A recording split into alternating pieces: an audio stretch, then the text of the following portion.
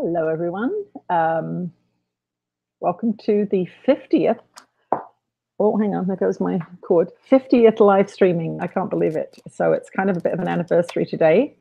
Hopefully you can all hear me. Somehow I have hidden my chat from myself, so I can't see. Let me see if I can find it. There we go. Can you just type if you can hear me okay? I just need to know that I can continue on. So just in the chat, just say, yes, I can hear you. That'd be awesome. Yes. Hi there. Can you hear me? Yep. Loud and clear. Okay, awesome. Thank you all for coming. And hard to believe that this is the 50th time that I've done this. Quite amazing, really. I never expected it to go so long. So I'm going to bring Jesus through to see what his statement is, and then I'll get to the several questions that you guys have posed me. I think this week we're actually doing the final transition with the website, so there will be a couple of days when it's out of order. So don't panic if you go there and you see an under construction sign. There's a whole bunch of stuff being moved over. So I'm going to bring Jesus through now, and let's see what he wants us to start with today.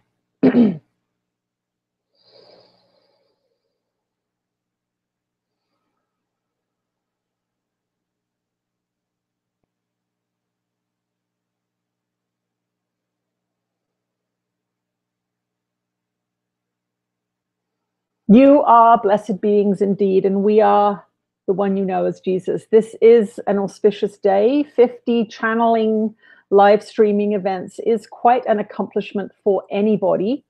And we would like you to give a virtual round of applause to this being for stepping up so many times to bring forth this information. This is why we chose her.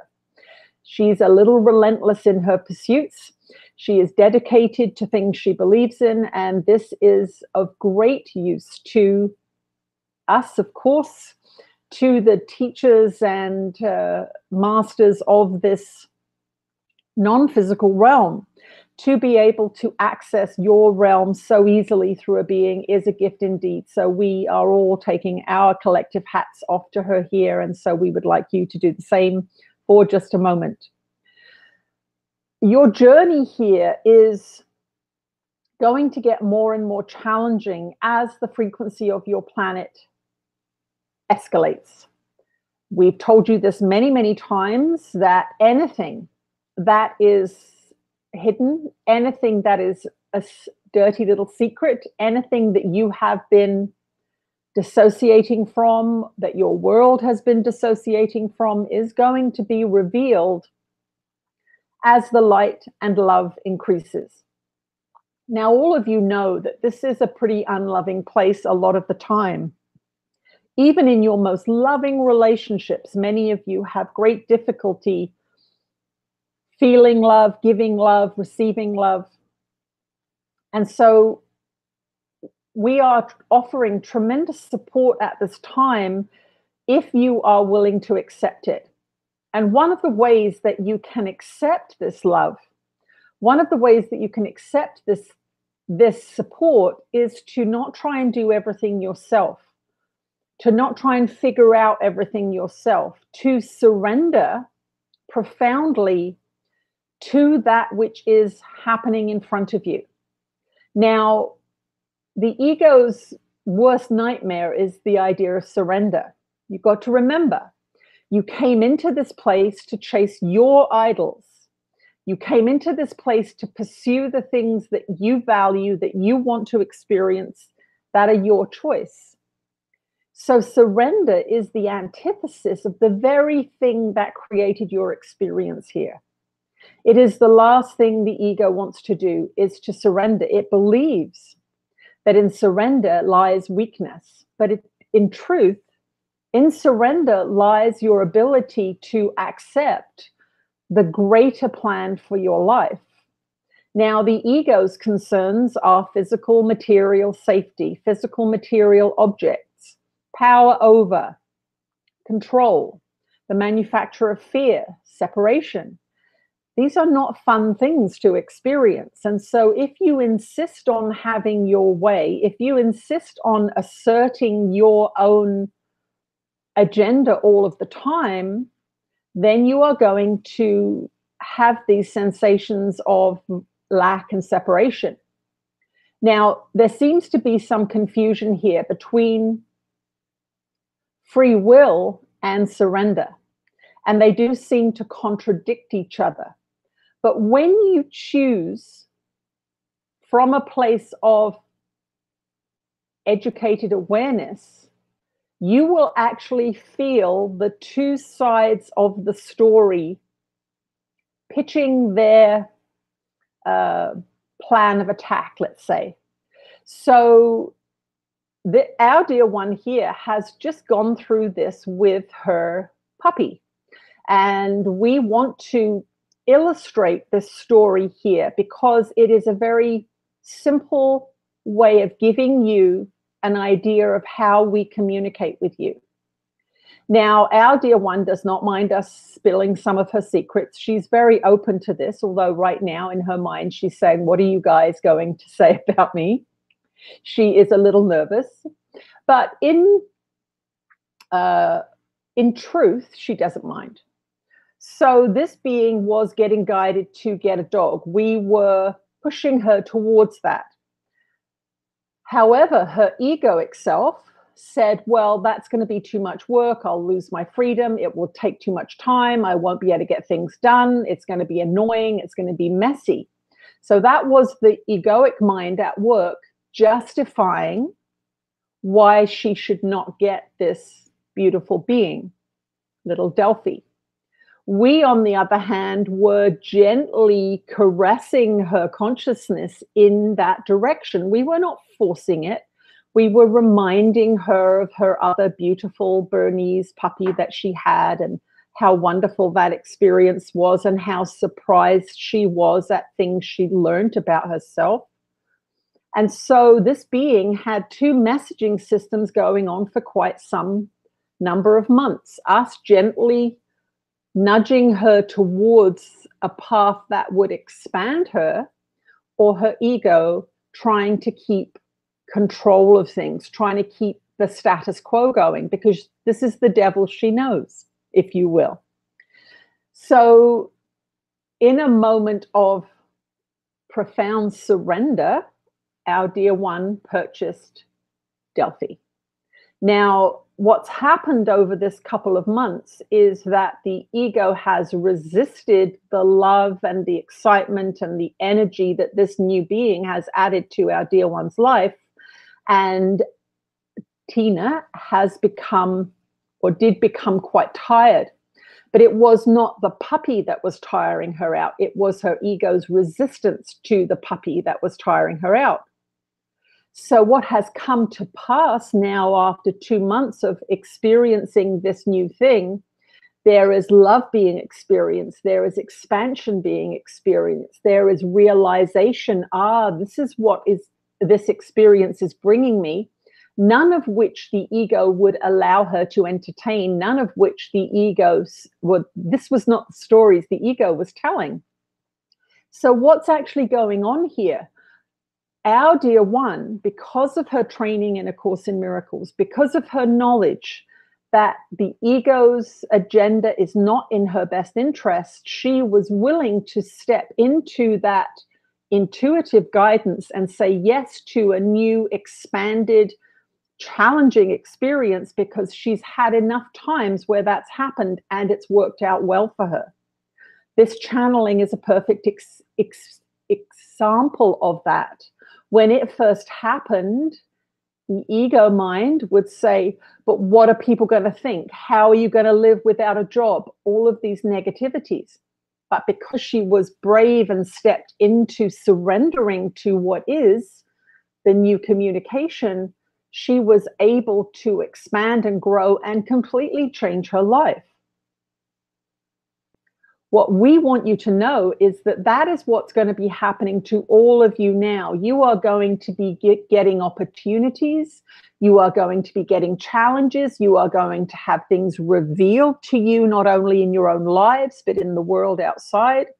And you are going to have these two voices challenging you. You are going to have the ego's voice, which says, run, hide, judge, hate, bomb.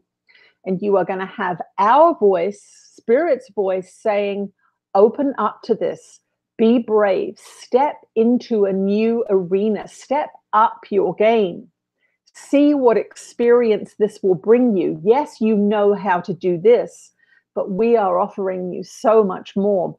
So much more is being brought to your planet now in the form of light and love and assistance from non-physical beings and physical beings.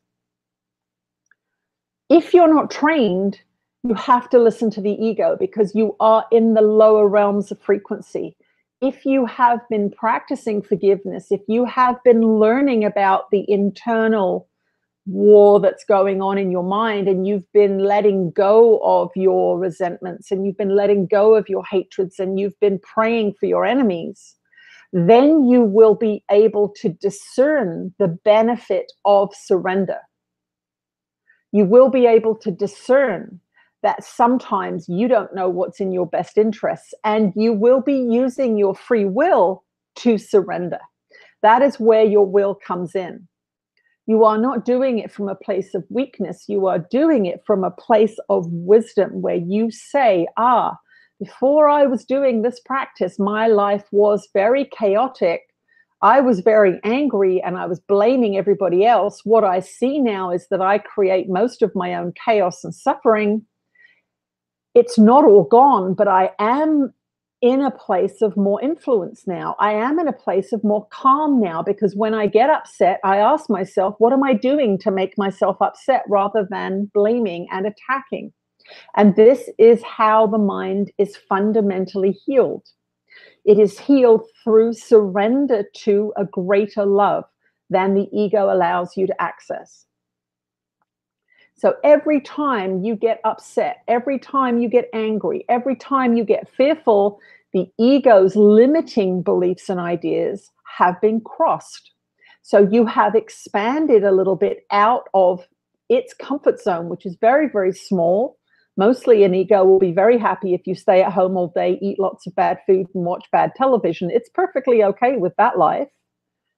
But the spirit in you is not okay with that life. The spirit in you longs for freedom. It longs for creativity. It longs for love and connection and communion with other beings. Why? Because these other beings are the way that you will have your own mind reflected back to you, and through relationships. And these are not special relationships, the one love affair that you all believe you have to have. These are the relationships with your dog, with your neighbor, with your mother, with your friend, with your boyfriend or girlfriend perhaps. But there is a plethora of relationships that you can use to learn and come to understand the internal workings of your own dynamics. Don't think relationships are just men and women. That is one of the contaminating ideas of your society, that is the most important relationship. It can be very significant in your experience and can take you on a wonderful or horrific journey, depending on which teacher you're listening to. But if you are not in one of those relationships, honor all of these other relationships, which you should do anyway, even if you are in an intimate sexual relationship with someone. That should not be the only relationship that is your priority. It is poison to do that. One person, one relationship cannot satisfy all of the experiences and expressions that you need to have as a being that is evolving. So understand that your shadows are coming up now. The shadows of your society are coming up now. The dirty corners that have been hidden in the dark are coming up now. Why? Because more light is coming and more love is coming to your planet. And that is why you are seeing chaos on the ground, so to speak. because the old systems are struggling for survival in a world in which they know they are not going to make it. So they are really going down with a fight. What do? You continue on your forgiveness practice. You continue your studies. You continue seeking the next thing that appeals to you, the next thing that interests you, the next thing that makes you feel engaged, curious, happy, content. Do not fall for the story in your society that you are being self-indulgent when you are seeking the feeling good through natural expression. And as we've said many times, by natural expression, we mean something that is arising naturally, not brought on by food or drugs or these kinds of things. If you are inspired to go for a walk in the woods, that is your next calling.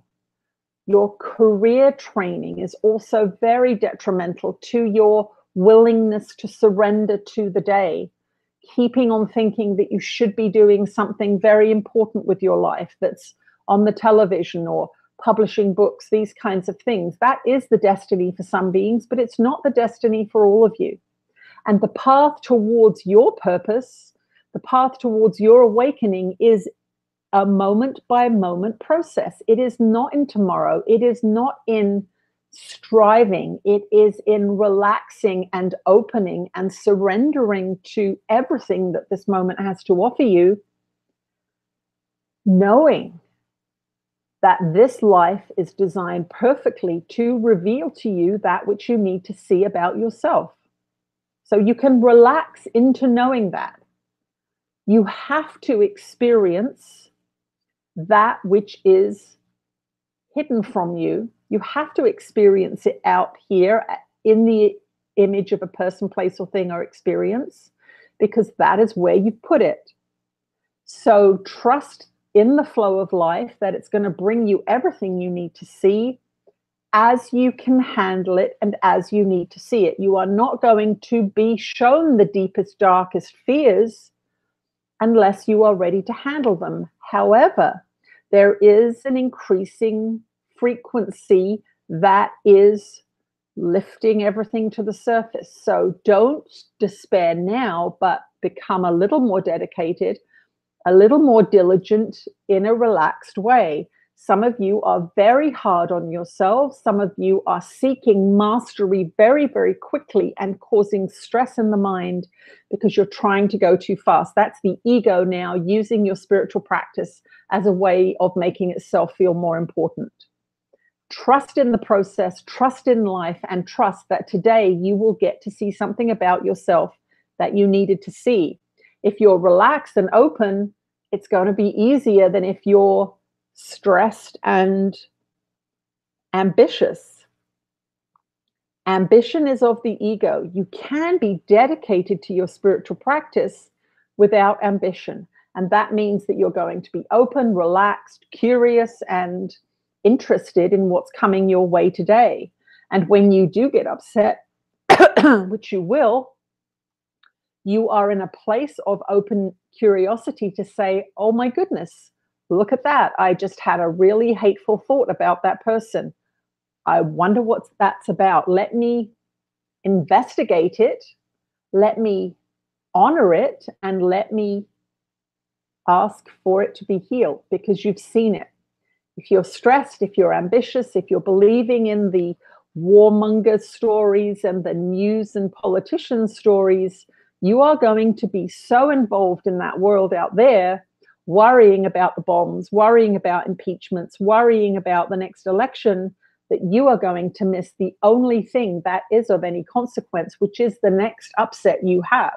The next upset you have is the next thing that needs to be dealt with. So step back from the world a little bit. You don't have to completely give it up. If you're curious about a story, read about it for 15 minutes or 20 minutes, and then move on to your present life. Cooking a nice healthy meal for yourself, making an arrangement to meet with a friend to go for a walk in the woods, taking your dog for a walk. These are all valuable things. Do not dismiss them as invaluable. They are not. Your life is the only thing you have truly to use as your stairway to heaven. So value it, love it, honor it, and educate yourself well, and you will do well. We will speak to you again shortly. Right. Oh, okay. I'm going to have a sip of water.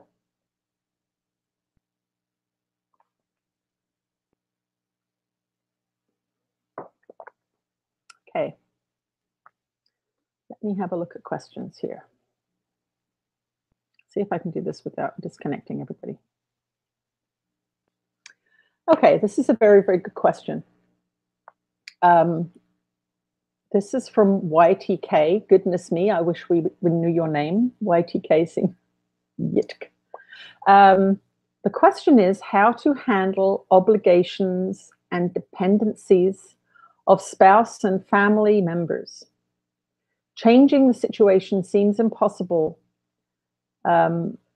Encountering cultural resistance and resentment, anger, and fear from those who are dependent.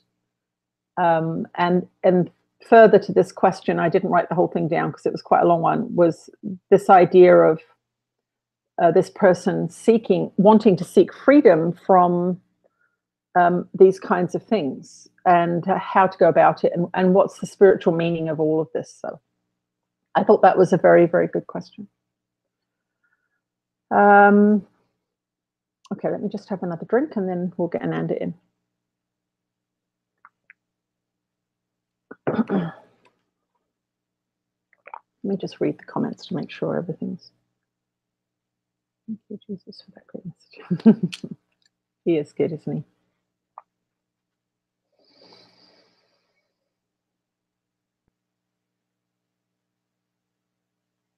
We're with you again, dear ones. Of course, as we always say, we are very, very grateful that you are all here, that you are all participating in your own consciousness evolution with such enthusiasm and such dedication. As we say each time, you have no idea how powerful the changing of your mind is. And this question is a very fundamental excuse that many beings for not changing their lives, not moving ahead on their spiritual path. The reactions and responses of those around you who have become used to you doing a certain thing. So the first thing that has to be addressed is all of these beings that are around whoever is providing care, providing support, providing comfort. Those beings have only become used to that because you believed in it. All of those beings that depend on you have only been able to become dependent because you allowed it. Now, in certain cultures, this indoctrination is very, very powerful and cannot be overridden easily. But the first step in healing this is to own the fact that these dependencies and these obligations were created by your participation in the system.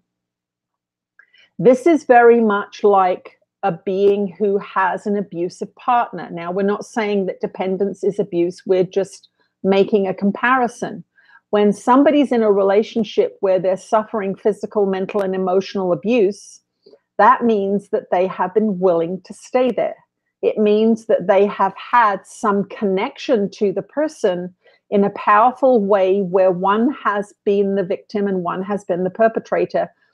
And you cannot be victimized by a perpetrator unless you're choosing the victim role.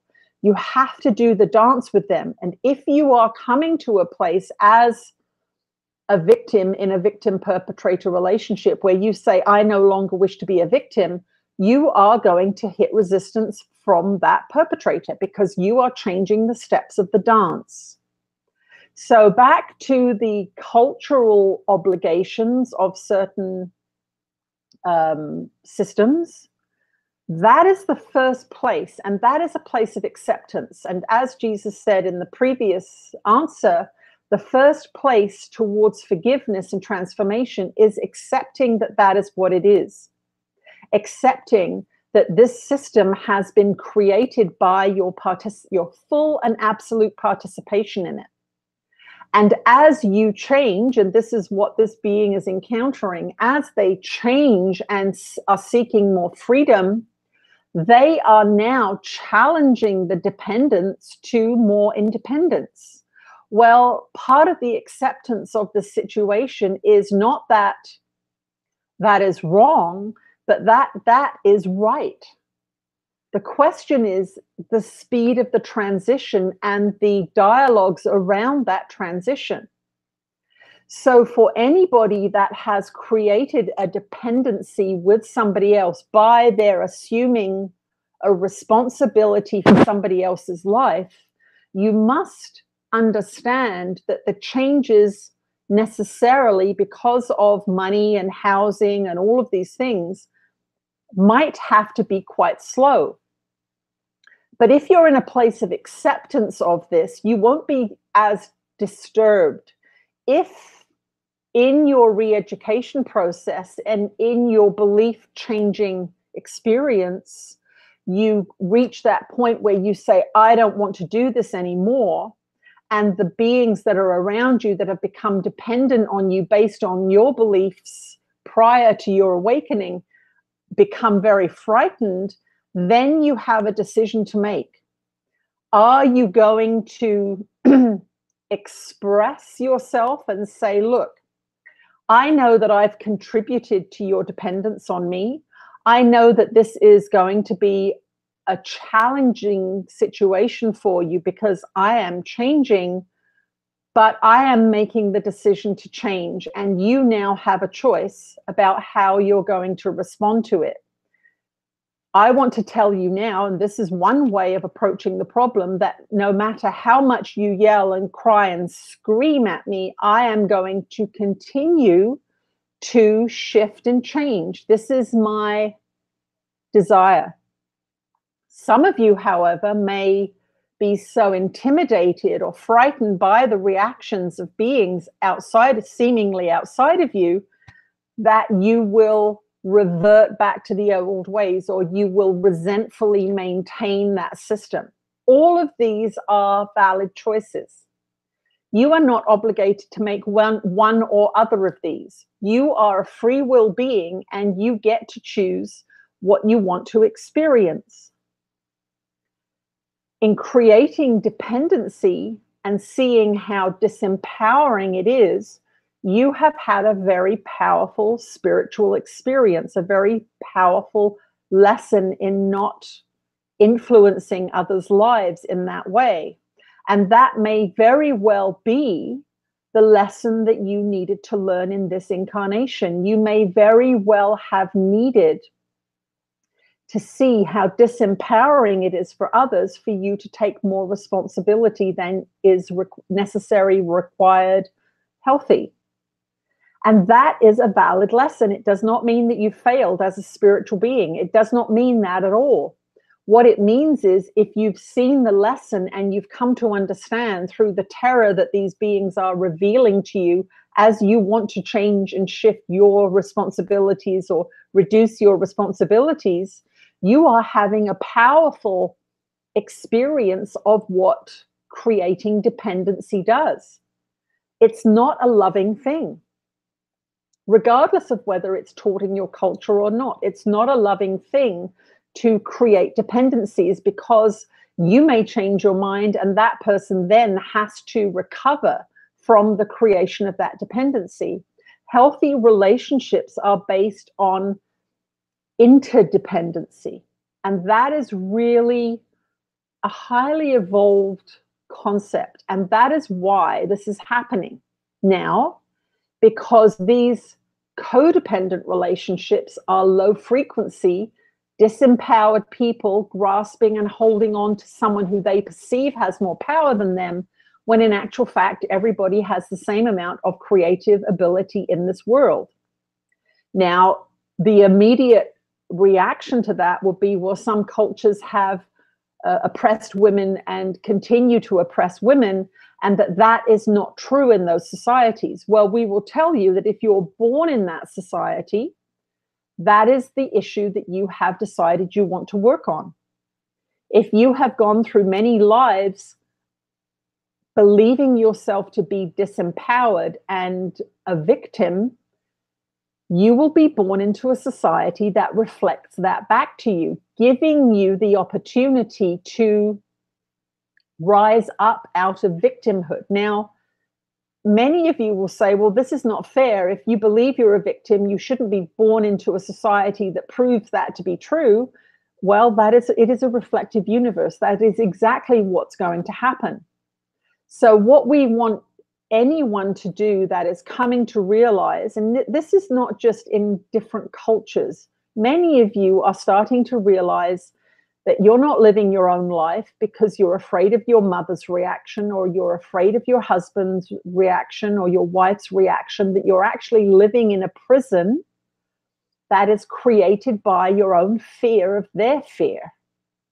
So it's built fear upon fear, limitation upon limitation. This is how the light works. This is how love works. It reveals to you that which is not healthy. It reveals to you that which is out of order, out of balance. And so each of you now, regardless of whether you're in a Saudi community or an Iranian community or a Muslim community or a Christian community, this takes place in all kinds of places. In a secular family where there's no religion at all, these power plays can happen.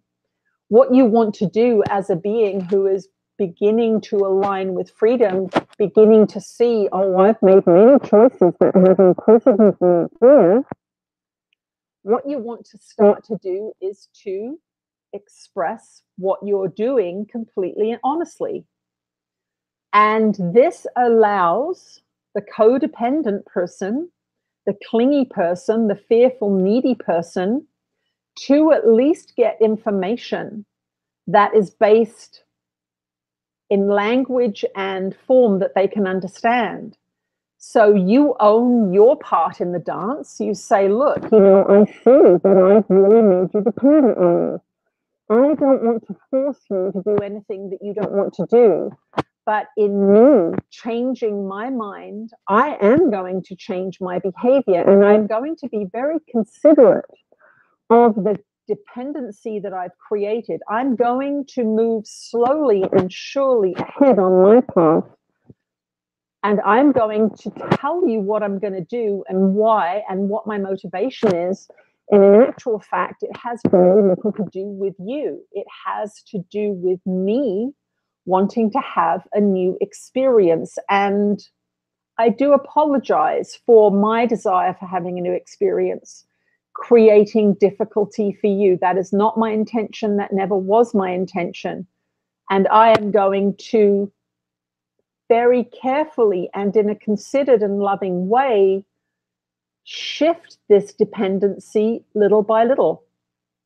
How am I going to do that? Well, there are many ways that a being can do that. The first way of shifting relationships is in open communication, is in saying, I actually can't go on for the rest of my life doing what I'm doing. And I need to let you know that, because I can feel shift and change coming in my mind. And I know, as a Course in Miracles student, that if shift and change is coming in my mind, then it has to come in my actions and my behaviors and my words. It has to, because that is the next logical step. So I'm telling you now, this is what's going on.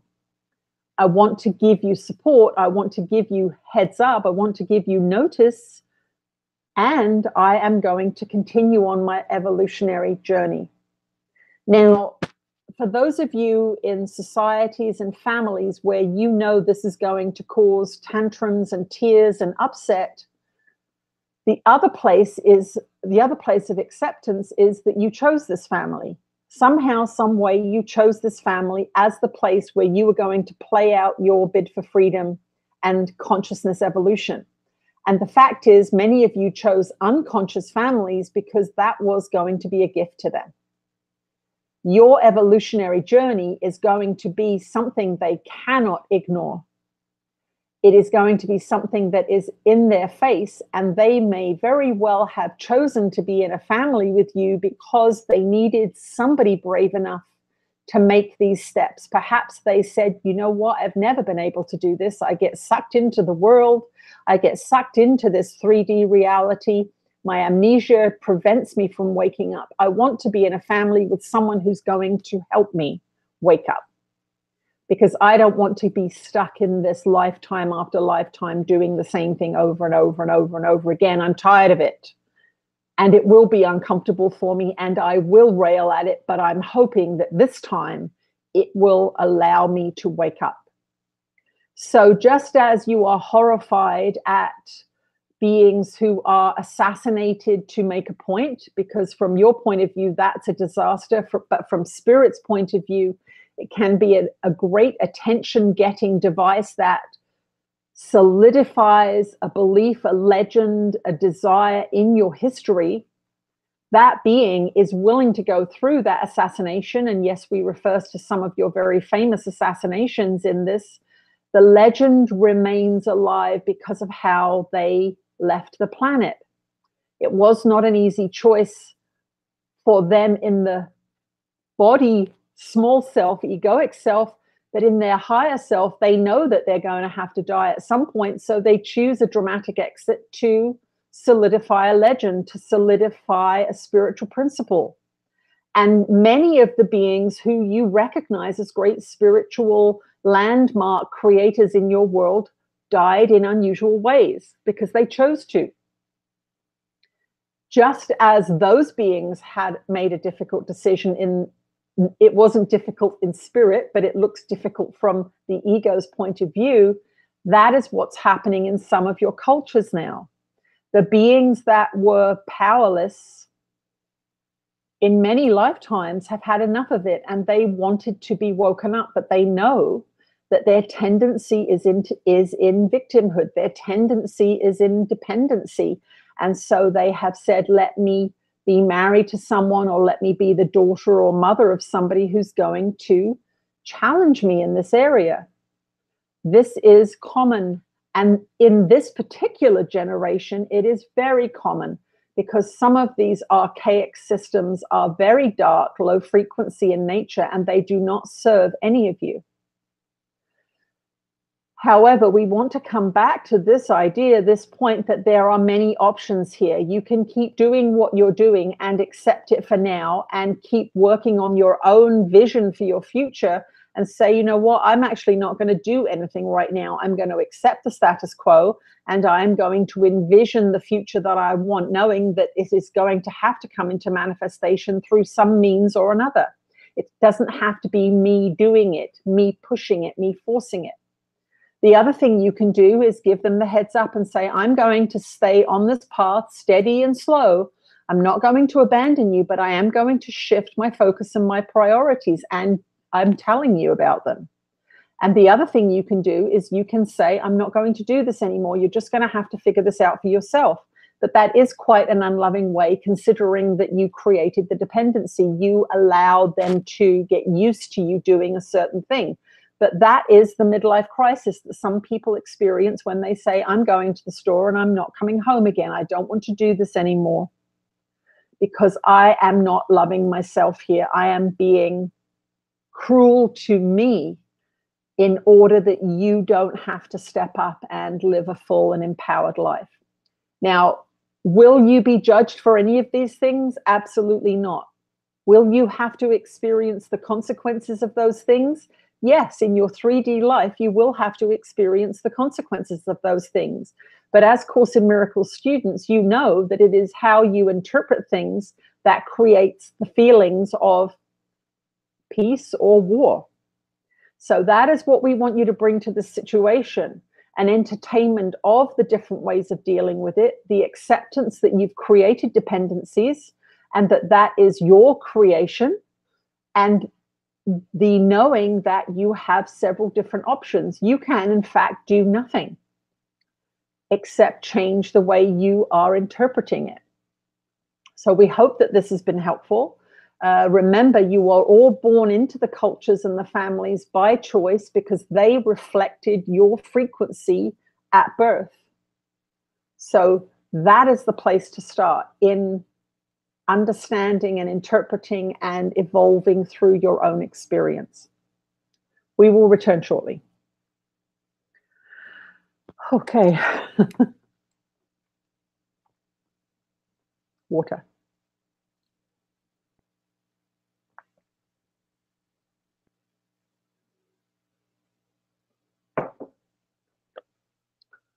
Right.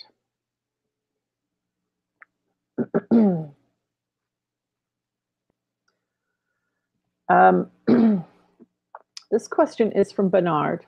Supposedly, the most frequently asked question from ACIM seekers is the explanation of the separation. From my understanding, the ACIM explanation is the tiny mad idea, which sounds like someone, God or us, went nuts for a second, and now we are seemingly perpetually paying for it. Okay, so that is a commonly asked question. Why did we do this? What were we thinking? What is the small mad idea? So I'll bring Jesus through to answer this. Excuse me.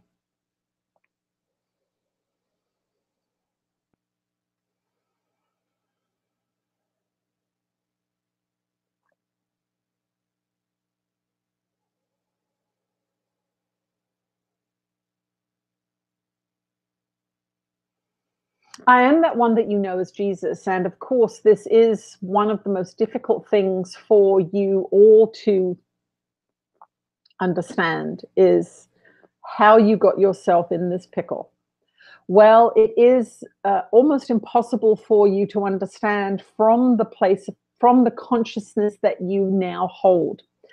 It is very much like trying to explain a sophisticated physics theory to somebody who's in grade 1. The child may want to know how light works, but the actual explanation is almost impossible for their mind in that state of development to comprehend. And that is truly the state that you find yourselves in now. Why? Well, because you still believe in the world. You still want what you want. You still have the ego in charge. And it is that thought system that is the one that blinds you to the truth of your true nature. This sounds like an accusation. It is not an accusation. What it is us trying to get you to understand that you are choosing separation all the time in your daily life. This is why life is a struggle. This is why you're in pain. This is why you're lonely or unhappy or unfulfilled, because there is a constant choice being made in favor of that separation. So it's being recreated day after day after day after day. And this is why the practice of forgiveness is given to you as a solution for the incessant practice and belief in separation that you are exhibiting in your daily experience. So this choice is still being made. This choice for separation is still being made. How was it initiated? It is impossible for us to get you to understand, because you are not in a level of consciousness that can comprehend the magnitude and the power of that wish to experience something other than unity consciousness. In that moment, there was an idea that there was something other than unity consciousness, oneness, love. And because of the power of that mind connected to all that is, because that is where it was at the time, all of that creative energy was employed in manufacturing that experience. So I wonder what it's like to drive in a car into a telephone pole, is the kind of idea that the ego mind can have. I wonder what it would be like to do something very rude. I wonder what it would be like to yell and scream in a library. You have all experienced these out of order thoughts, and they can come like that. Well, in that place of unity, powerful consciousness entertaining that idea, what would it like to be separate? It was made so. And it was not a punishment. It was an act of love because that idea happened. And that is what love is. It's freedom. It's freedom to explore everything. So we go back to the story of the prodigal son. The father loved the son and waved him off on his journey. Go ahead, go and have your adventures. I'll be here when you get back. The child, the son, enthusiastically went on that journey, free will being used. I'm choosing to go off on this big old journey, this big adventure. But as you know, the further away you get from love, which was the father, the home, oneness, these are all symbolic ideas, the less fun the son had.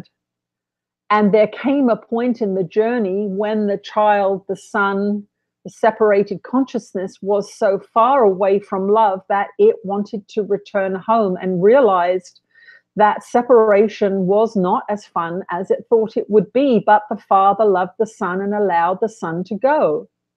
And that is really what has happened to you. You have become so disconnected from love that you don't understand that you can go home anytime, and you are suffering and alone. And the story in the mind is that I won't be loved when I go back. I must have done something wrong. The father doesn't love me. But the desperation becomes so powerful that you make your way home slowly and eventually end up in the father's arms. And the father, mother, God, all that is, says, you were always welcome home. I never forgot you. I always loved you. You are home. So for many of you, you are still out on that trek. You've run out of sustenance. You're tired. You've exhausted yourselves, but you have still got this story going on that somehow you were evicted from heaven. No, you weren't. You chose to go on a big adventure into separation. And in that separation, there was a tremendous amount of fear generated because separation from oneness is excruciating. And it is demonstrated in the physical sense by a baby being born. The transition from the calm, loving, heart-centered, completely cared for baby in utero through the birth canal out into the bright lights and smacked bottom of your world. It is a physical demonstration of what your consciousness goes through. But don't get deceived. You chose it. You wanted it way, way back in the past. And in fact, you still choose it whenever you are unloving, whenever you are hateful, whenever you are judgmental, whenever you are self-limiting, whenever you limit others, whenever you are jealous, whenever you are angry, you are doing it still. Through choice, through desire, it's bringing you something that you want still. All of you get to a point in the end where you don't want what the ego brings you. You don't want the separation. You don't want the pain. You don't want the suffering. And you begin to make a different choice. You begin the journey home to the Father, Mother, God, all that is love, oneness, unity. And that is what A Course in Miracles is for. It is to train those of you far, far away from love that have taken a deep detour into fear and separation through choice. It is the way home. It is one way home. There are 1,000 pathways home to love. But if you are in this conversation with us, A Course in Miracles is your journey. It is the way you've chosen. So we know that there is still a dissatisfaction in the ego mind that says that is not a good enough explanation. But as you evolve, as you get closer and closer to home, as you become more and more in alignment with love, you will begin to see clearer and clearer how you have always chosen those things. You've always chased after the bad boy lover. You've always chased after that experience that you thought was going to make you happy. Sex, drugs, rock and roll, whatever it was. That was your choice, and those idols are what you worship. It is not until you're tired of worshiping those things in the physical, material, sensory world on the journey away from love, it's not until you stop pursuing those things and turn around and say, you know what, this actually isn't any fun anymore.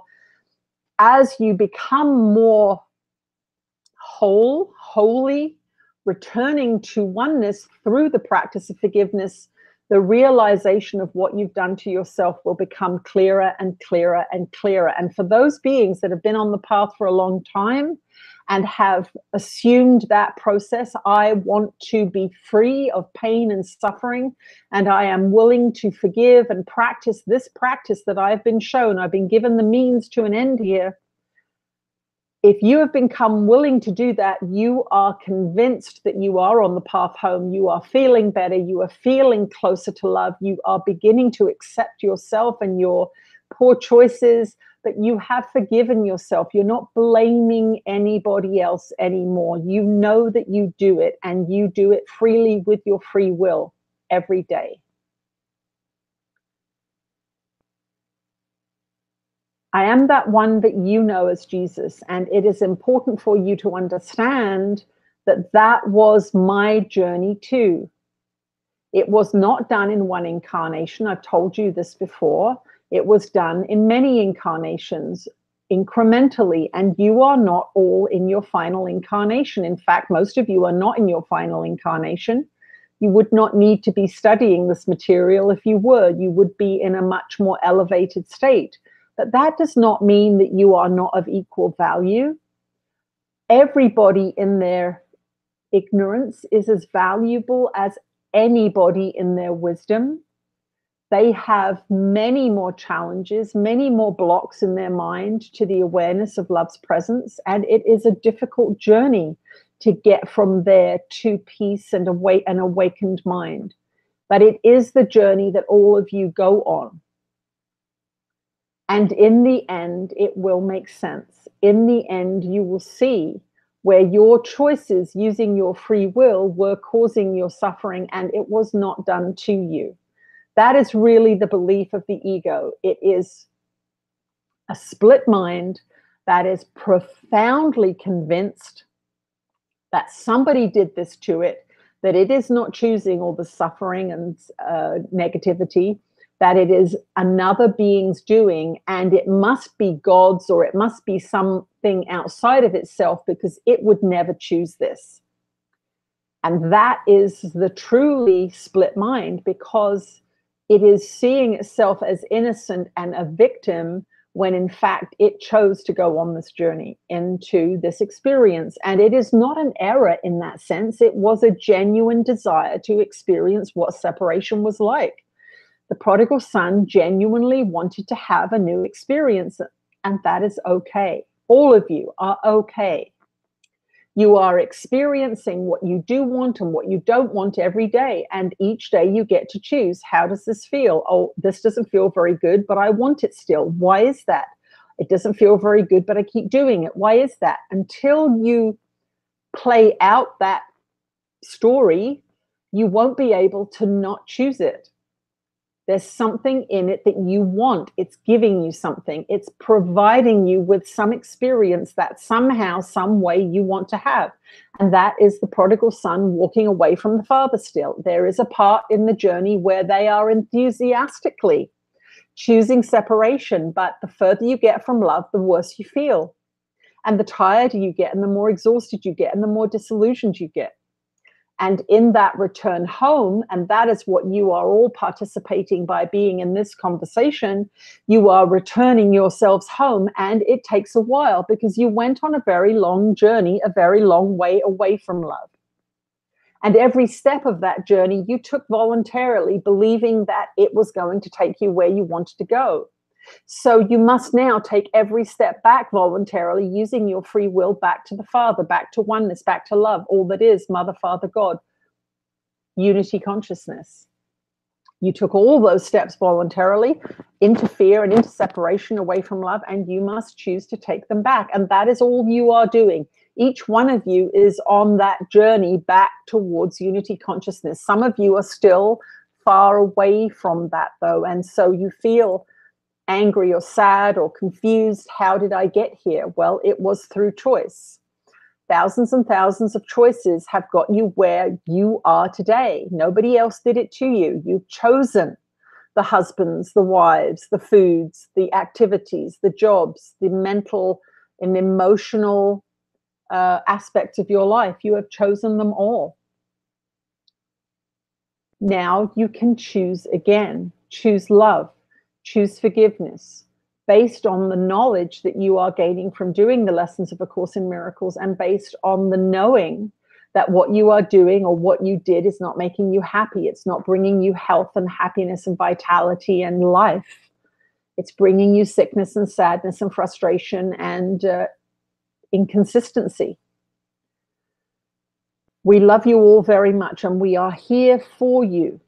We are here to help you understand this journey, and we are here to give you back your power, and over and over and over again remind you that you are the decision maker, you are the chooser, you are the one that guides your ship. Nobody else is doing it for you. All we can do is hold up the light and say, over here.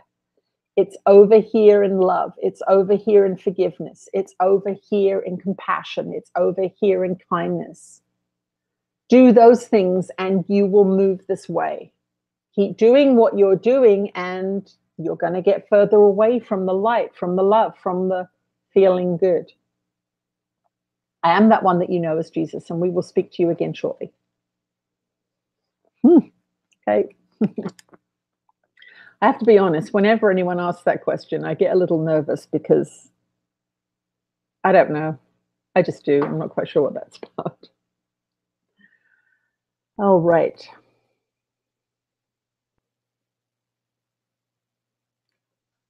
Holy cow. Is that an hour already? God, goodness me. This question is from Susan Wheeler. Thanks, Tina. My question feels a bit odd with my ACIM practice, but I'm curious nonetheless, since we believe we are still in form. So the question is whether suicide is an event in someone's life that they have chosen as part of their script, or is it, as we believe, done only for the purpose of escaping pain? Okay, let me read that again. My question feels a bit odd with my ACIM practice, but I'm curious nonetheless, since we believe we are still in form. So the question is whether suicide is an event in someone's life that they have chosen as part of their script, or is it, as we believe, done only for the purpose of escaping pain?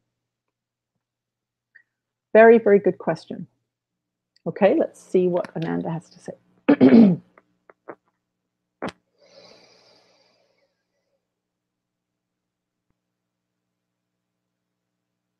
We're with you again, dear ones.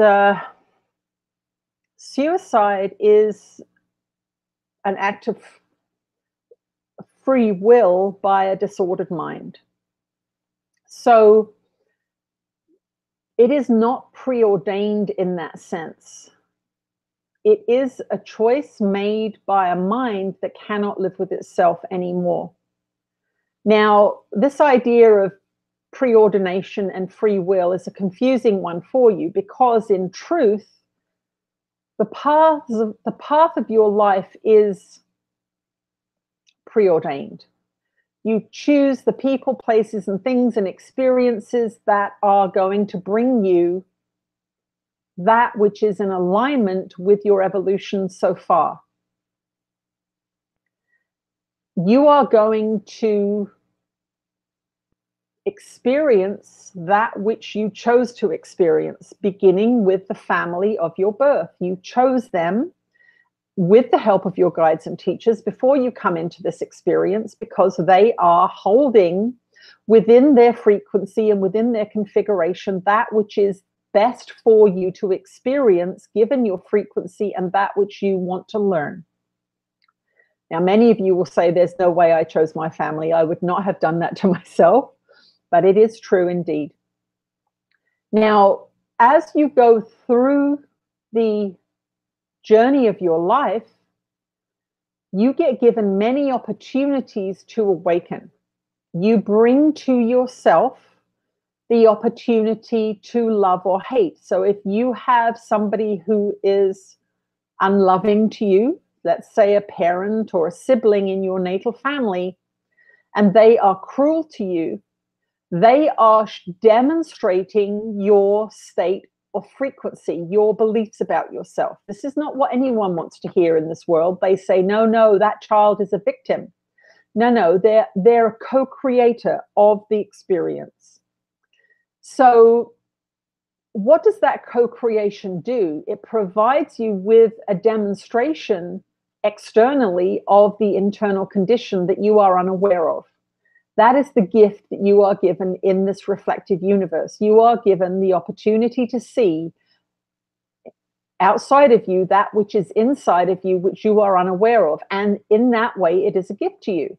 If you are hiding yourself, if you are hiding something from yourself and you don't want to see it, you don't want to deal with it, you've had many incarnations where you've avoided it, the most loving thing that Spirit can do in coordination and cooperation with you is to say, let's keep showing it to you, and you will eventually realize that this is not going away, that you keep bringing it into being. If you keep bringing it into being, then you can change it. You can stop bringing it into being. So it's a very loving thing to have your unconscious thoughts and beliefs and ideas reflected back to you if you look at it from that point of view, another opportunity to make a different choice. Now, for those of you in this world that are not taught that from birth, for those of you in this world that are indoctrinated in lies, not truth, in hatred, not love, in judgment, not forgiveness, then these trials and tribulations, these constant and never-ending and unrelenting opportunities for transformation are just exhausting and wearing. And they are painful. So suicide is one of the, and this can, we will say suicide can be fast or slow. For those of you, for example, who have or do smoke cigarettes, that would be a slow form of suicide where you're choosing something over and over and over again that will eventually kill you, is no different really than choosing it in one swift movement. In fact, it's a lot more difficult to die slowly than quickly. But really, all that's happening is a mind that cannot live with itself and its interpretation of the world believes that the body is the problem. And so it kills the body. But the mind is the problem, and the consciousness, the mind does not go anywhere when you die. It goes with you. So this is the great error of suicide, in killing the body, believing that the body and the mind are one and the same thing. They are not. So many suicide actors, we'll say, not victims, but they choose it. Many suicide actors are very, very disappointed when they get to the other side because they continue to experience their distorted and unloving and confused beliefs and ideas. It is only after a while on the other side that they are brought out of that and things are explained to them. But generally speaking, the frequency of the suicide player is repeated in the next incarnation. And so they go in with the same frequency that they exited. And that is a very, very difficult choice. And that is what you see sometimes when you see children born into abusive families. They were the beings that had very, very low frequencies when they exited their other incarnation. This is not done as a punishment. It is merely the way creation works. It is a reflective universe. Your frequency must be reflected to you. This is one of the reasons why our dear one here is so willing to do this work, because she attempted suicide at 17 years old and survived it. It was a genuine attempt. It was not a fake attempt. It was a genuine attempt. She could not live in her mind anymore. But what a failed suicide attempt does is give that consciousness a slap up the side of the head, essentially. When you attempt to kill your body, which is very difficult to do, it's full of life. It wants to be here to expand and grow and learn. Spirit does not give up that easily. It is spirit that animates the body, remember. It is not the fear, it is not the confusion, it is love, it is spirit that is here saying we need to go through these things to clarify your mind. It's very important that you have this incarnation because you still believe in these detrimental things. We need you to experience them and see that they aren't the gods that you think they are. That part of you knows that life is valuable.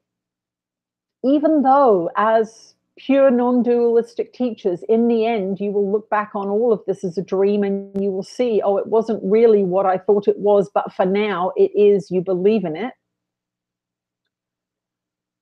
Waking up from a suicide attempt is a new day. It is a new opportunity for the mind to reinvent itself. And what this being did was she decided that she would start to do what she wanted to do and not what everybody else wanted her to do. That was the gift that her survival gave her. And she went back to university, studying a completely impractical subject, archaeology, which she loved passionately. And she began to honor herself. She began to step out of the mire and muck of distorted thinking. And she began then to draw to herself books and information that was healing, because that was what she decided. So in this one's experience, her suicide attempt was very beneficial.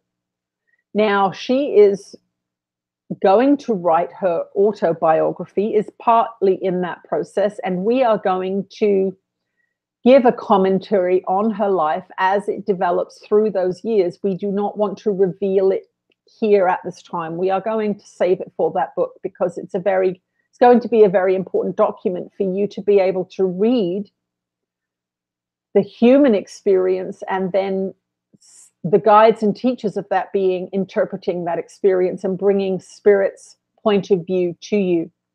We are not hiding it from you because we're being mean. We want to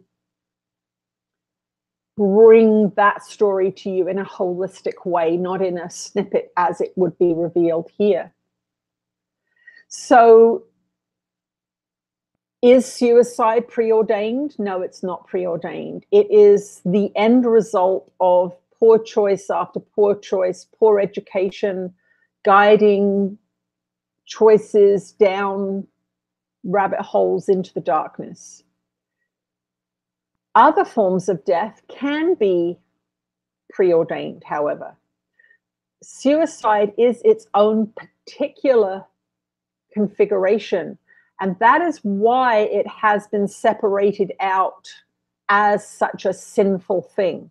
Because from the perspective of the church, which is very judgmental and believes in a judgmental God, essentially that's where hell and damnation and sin and all of these ideas come from, to make that final free will choice that you cannot cope with what you've created here is the final out, if you will. Now, it is very, very tricky in your society for any spiritual teacher to say that suicide is a valid option. It is not allowed to be spoken in your society. But for this being, that final choice was the, as we said, the slap up the side of the head that woke her up. It was such intense suffering, such deep suffering, such willingness to give up, it is a form of surrender in that way. You say, I can't do this anymore this way. I don't know how to live. So I'm going to choose to die. And that was what was the beginning of her shift in consciousness. So what we want to say here is that nobody needs to get suicidal. The Course in Miracles has been given to you as a means to relieve the suffering in your mind. But the disordered mind that is suffering has great difficulty in making healthy choices. It has great difficulty in deconstructing the very coping mechanisms it has invented that it believes keeps it safe. So it is a difficult thing for a distorted mind to choose this path out of the darkness. But Spirit is always working with you and for you, and it will do what it can to offer you assistance in many, many different forms, whether it is a cat coming up and giving you a little bit of love when you're feeling depressed, whether it is someone getting inspired to give you a phone call when you're feeling blue. Spirit will work many, many ways to try and get love to you, but it is in fact your own mind that is blocking love from you. And our dear one knows that intimately. And that is one of the reasons why she has been so willing to do this work, because she saw that she was taking herself on a path to hell and almost didn't make it. And as she recovered from that distortion and distorted mind, she realized that nobody needs to suffer, that nobody needs to be in hell, that nobody needs to be suicidal or depressed, that it is a constant and unrelenting choice made one after the other to take you along the path to love and to awakening and eventual enlightenment, or on the path away from love into depression and eventually suicide and death. So Spirit does not look upon suicide the way the church does, because we know that death is not real and that you don't escape anything and that you will just have to come back and do it again. So there is no need to punish you. You, as a suicide attempter, will be punishing yourself. It is the ultimate ego trip, the ego believing that the death of the body is the death of the mind, because the ego is deluded. It is not the death of mind. It is only the death of the body, and it is meaningless. And so the consciousness continues on in the karmic body-related cycles and will continue to miscreate along the lines that it has already been miscreating along. So we hope that that answers your question, and we will allow our dear one to entertain the final question. Okay. That was awkward wording. All right. 12, 14. Sybil, I think it's Sibyl or Sybil, asks, here is my question for the live channeling next Sunday. Regarding our food, Ananda and Jesus have recommended to adopt a plant-based diet. I am very much in favor of this way of eating, but it has crossed my mind more than once that I am still faced with a conundrum, which is, unless I would eat only seeds, nuts, and fruits, I usually have to cut off a plant from its roots or pull the entire plant out of the ground in order to consume it. In other words, I have to destroy the plant in order to feed me. The issue with this for me is that I have learned that plants are most likely sentient beings, since it has been documented in The Secret Life of Plants. And in this insane world of separation, apparently I have to destroy a sentient being in order to live, even if I do not kill animals. Could you please speak to how I can find peace in this? Thank you. It's true, we have to murder lettuces. Okay, let's ask Ananda this question. Let me just have a drink.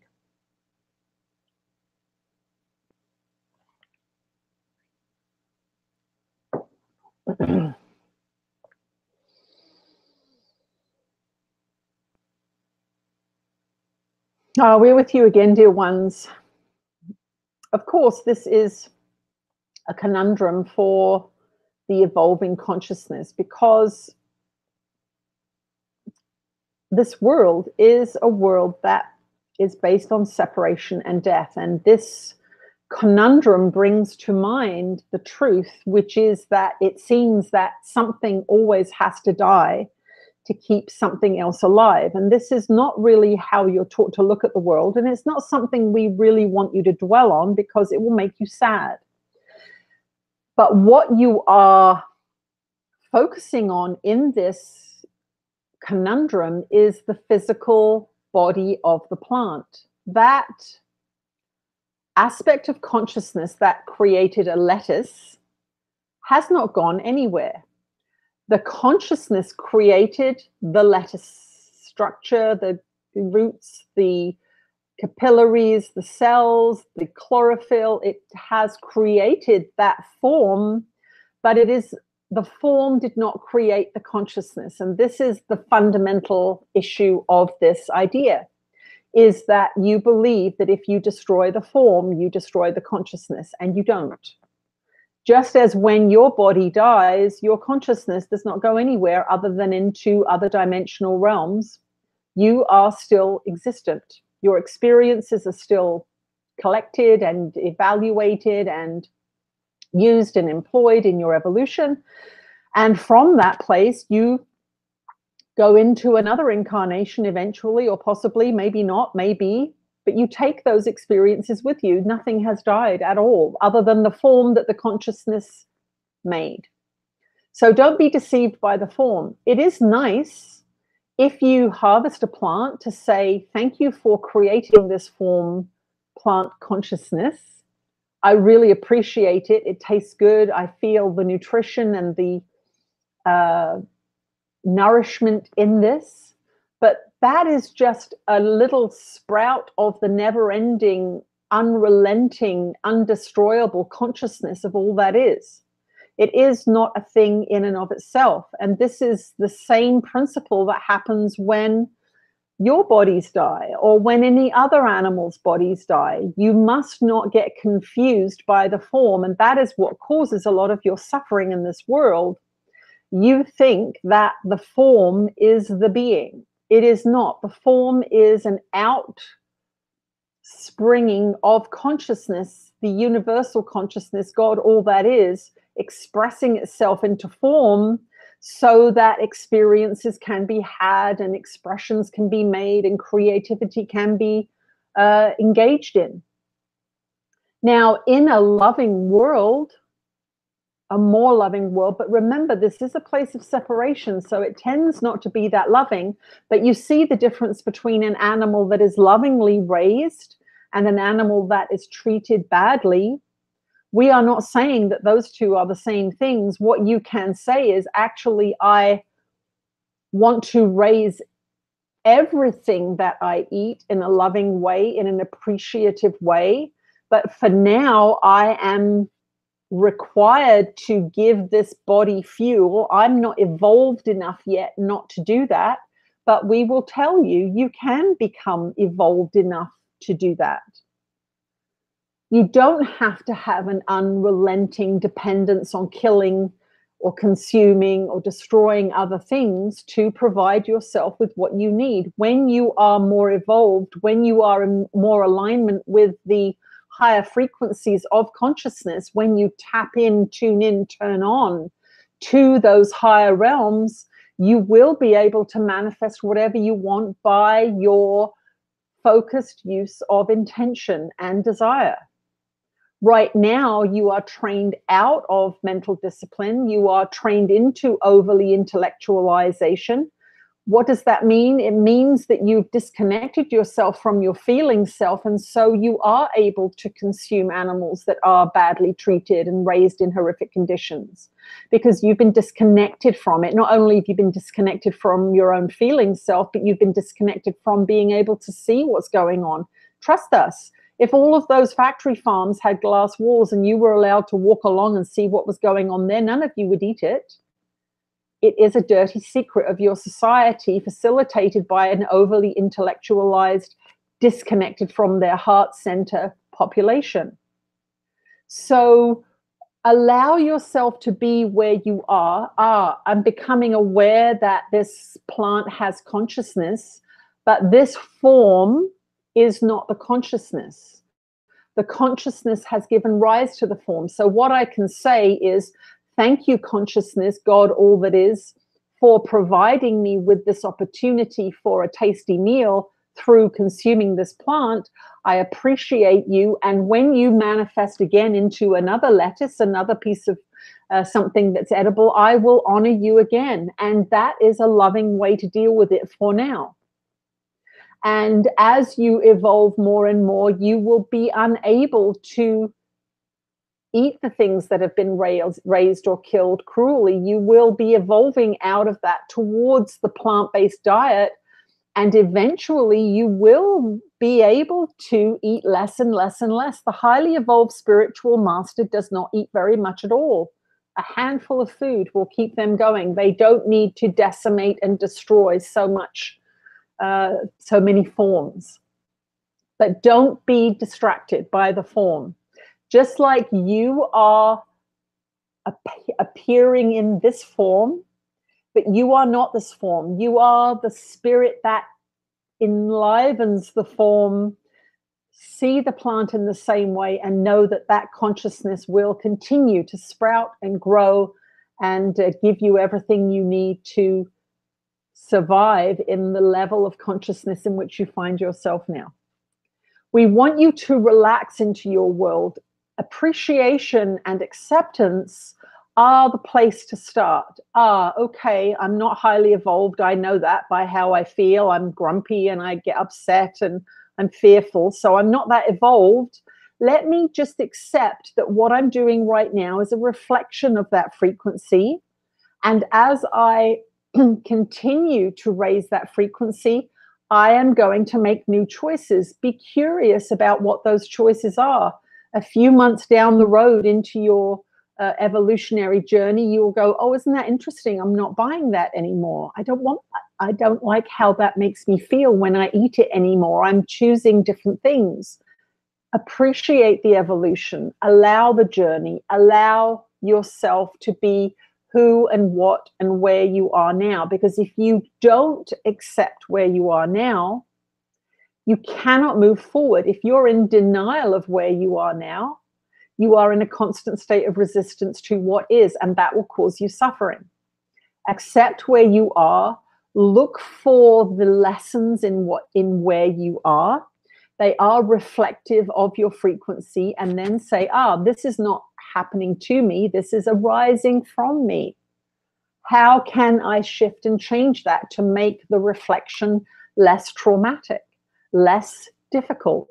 Well, I can step back from judgment. And that's what we would say about this food issue. Step back from judgment a little bit and say, well, this plant right now is the option I have because I've decided not to eat meat or I've decided not to eat fish.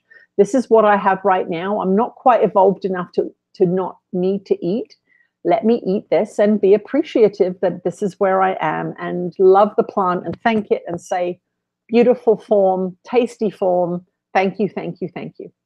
We are Ananda. We are your guides and teachers. And of course, we are working with many of you in real time. We are communicating with many of you, not just this being, but once again, on the 50th live streaming event, we would like you to send out a shout of thanks to this being for being brave enough and courageous enough to do this work, to do the slog of A Course in Miracles many years ago when she was not on camera.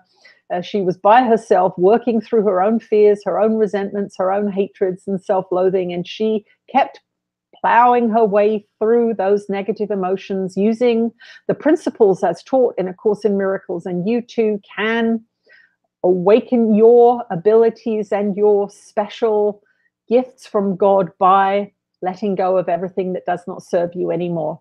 We love you very much, and we are very, very pleased that you join us on a regular basis. We will speak to you again soon. All right. It is 12:25. I can't quite believe that. It feels like I was channeling for about 9 minutes.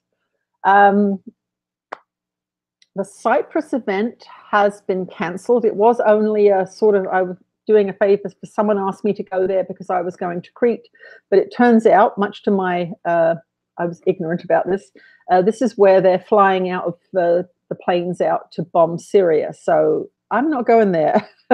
So I have cancelled that event in Cyprus. It was only a one-day event. The Crete event is happily moving ahead. It's getting very close now, but we do have a couple of spaces left. If anyone's feeling like they'd like some Mediterranean sun, you can always email me at blissistheanswer@gmail.com if you'd like more information. There is a retreat page on the website, though. A retreat drop-down menu. And we still have a few spaces left on Salt Spring, although we are getting to be close to full, which is incredible because it is still a few months away. So if you're waffling about either of those things, go and check those things out. It's going to be a lot of fun. What else? That's it. Thank you, everybody, for joining me. Thank you for sharing this journey with me. I love knowing everybody. I love expressing these teachings. I am a very, very lucky woman, and see you again soon. Bye.